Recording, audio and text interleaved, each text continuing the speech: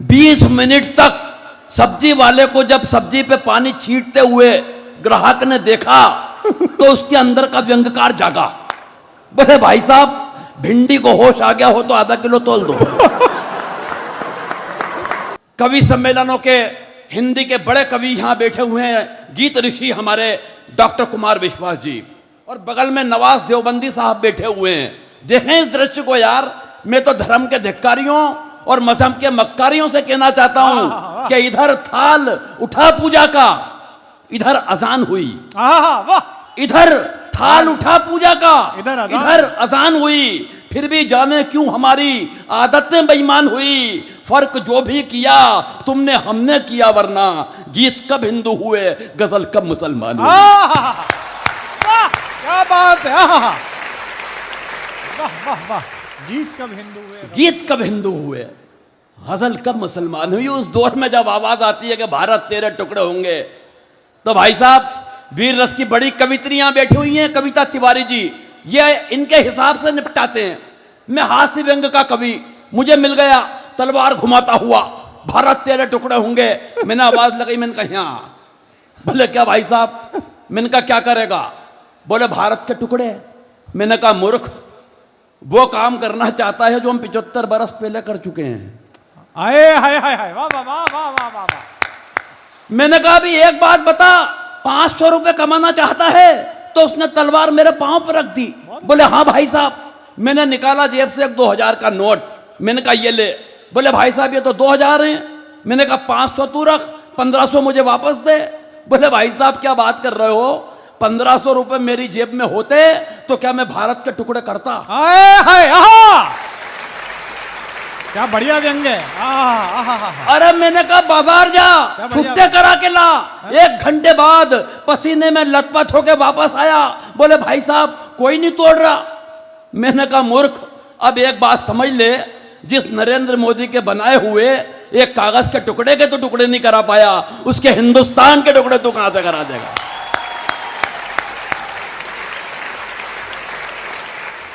ऐसे भी समझा सकते हैं, लेकिन फुर्सत निकालकर इतने लोग कवि सम्मेलन में आए हैं, ये निश्चित रूप से कवि सम्मेलन की और हिंदी कविता की जीत है साहब। वरना महानगरों की हालत खराब है, किसी के पास फुर्सत नहीं, किसी के पास। पिछले दिनों मुंबई एक कवि सम्मेलन में गया। कवि सम्मेलन के अगले दिन जुहू बीच पे घूमने चला गया। मैंने देखा एक महिला एकांत में दहाड़े मार के रो रही। मैं उस महिला के पास गया, सहानुभूति पूर्वक तरीके से उसके कंधे पे हाथ रखा। मैंने कहा बहन जी क्या बात है, क्यों रो रही हैं? तो वो उछल के खड़ी हो गई, आंसू पोंछ लिए। बोले कुछ नहीं भाई साहब, पिछले महीने पति ने मारा। मैंने कहा पिछले महीने मारा और आप आज रो रही हैं? बोले फुर्सत ही नहीं मिली।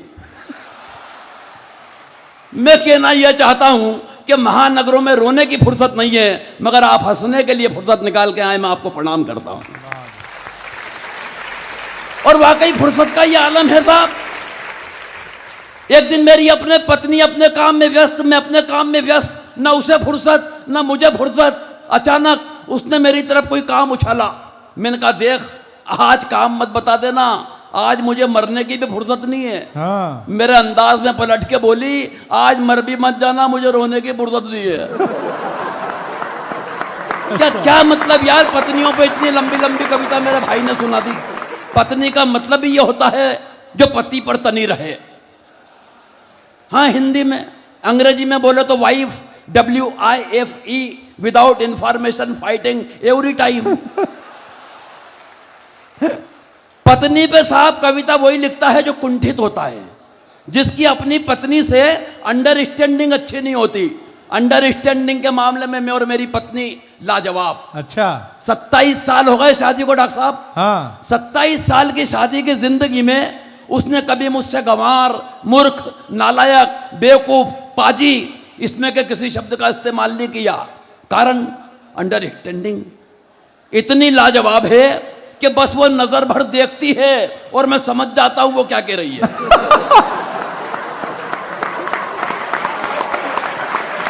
अच्छा, सही बता रहा हूं। एक दिन मेरे सर आ गई, बोले देखो अमिताभ बच्चन क्या गजब का एक्टर है, क्या कलाकार है, क्या आर्टिस्ट है। मैंने कहा क्या कर दिया?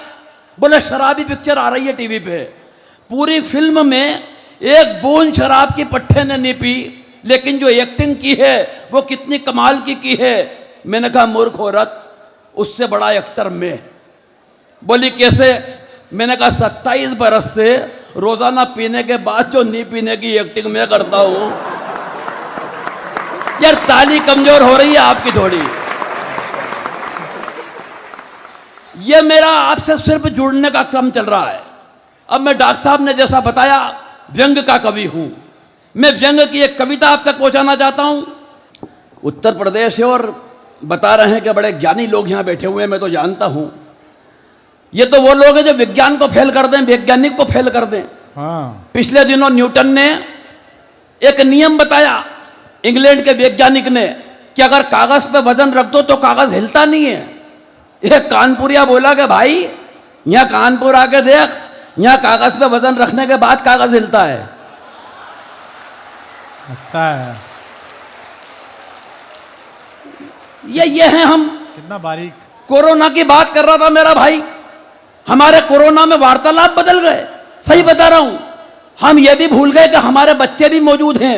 वो एक भाई साहब ने 2 मास्क पड़े हुए थे टेबल पे, तो अपनी पत्नी को आवाज लगा के पूछा, क्यों जी इनमें मेरा मास्क कौन सा है?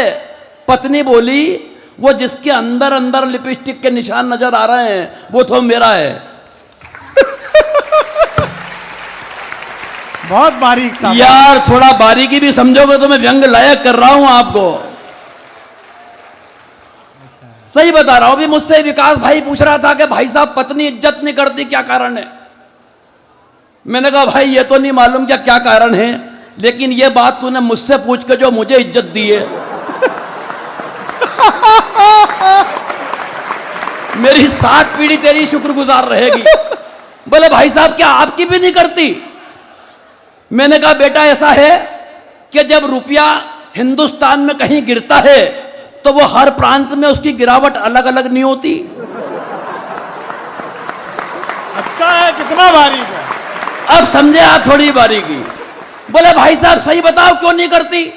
मैंने कहा बेटा ऐसा है विकास कि जब कोई लड़की मायके से रवाना होती है और अपने ससुराल में आती है, पिताजी को छोड़ के आती है तो बदले में ससुर साहब मिलते हैं, माँ को छोड़ के आती है बदले में सासू माँ मिलती है, बहन को छोड़ के आती है बदले में ननद मिलती है, और भाई को छोड़ के आती है बदले में देवर मिलता है।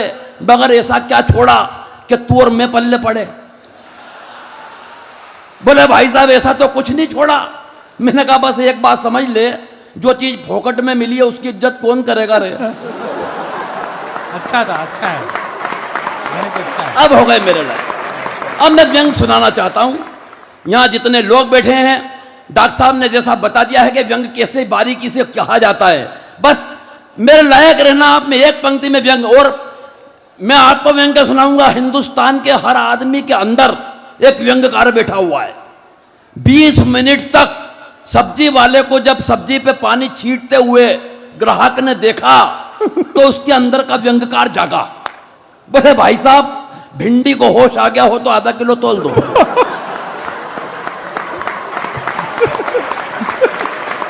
आपकी तालियां बता रही कि आप व्यंग समझ रहे हैं। अब सुनिए आप। आ गया भिंडी को होश। कि एक दिन खुल गए शहर के भाग हमारे। एक मंत्री जी शमशान घाट के उद्घाटन के लिए पधारे। बहुत अच्छे, बहुत अच्छे, बढ़िया कविता है। दूसरी पंक्ति व्यंग की पकड़ लेना, मुझे बता देना लोगों के व्यंग पहुंच रहा है। हाँ। एक मंत्री जी शमशान घाट के उद्घाटन के लिए पधारे। उद्घाटन की पहली रस्म पूरी कराई गई। एक जलते हुए मुर्दे को बुझाकर मंत्री जी के हाथ से अग्नि दिलाई गई। हाय हाय, वाह क्या बात है, वाह वाह वाह गोविंद, बहुत अच्छे, क्या व्यंग है। एक जलते हुए मुर्दे को बुझाकर अच्छी कविता है। मंत्री जी के हाथ से अग्नि दिलाई गई। इस घटना से कम एक बात का तो पता चलता है कि आदमी का नसीब खराब हो तो वो मरने के बाद भी भुगतता है।